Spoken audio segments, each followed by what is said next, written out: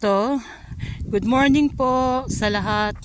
Habang binabaybay ko ang buong hills ng lugar namin, ito ho ang panorama.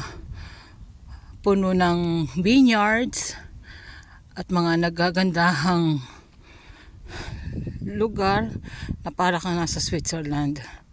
Nasa tuktok ho ako ng hills. Ayan.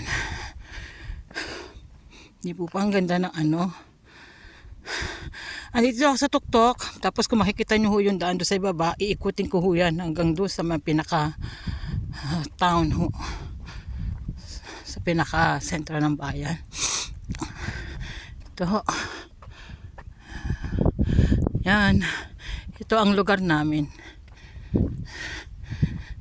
Nilalakad ko to everyday, 7 kilometers mula sa bahay hanggang doon sa may town, sa may pinakabayan. Pataas, pababa, kasi nga ho hills. Yun ho, yung bahay ho doon sa tuktok ng hills.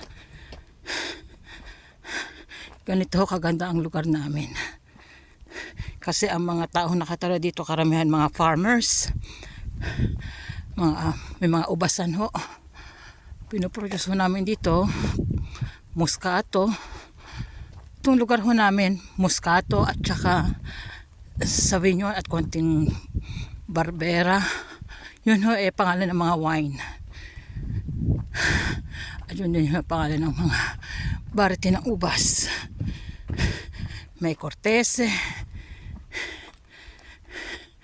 Ayan ho.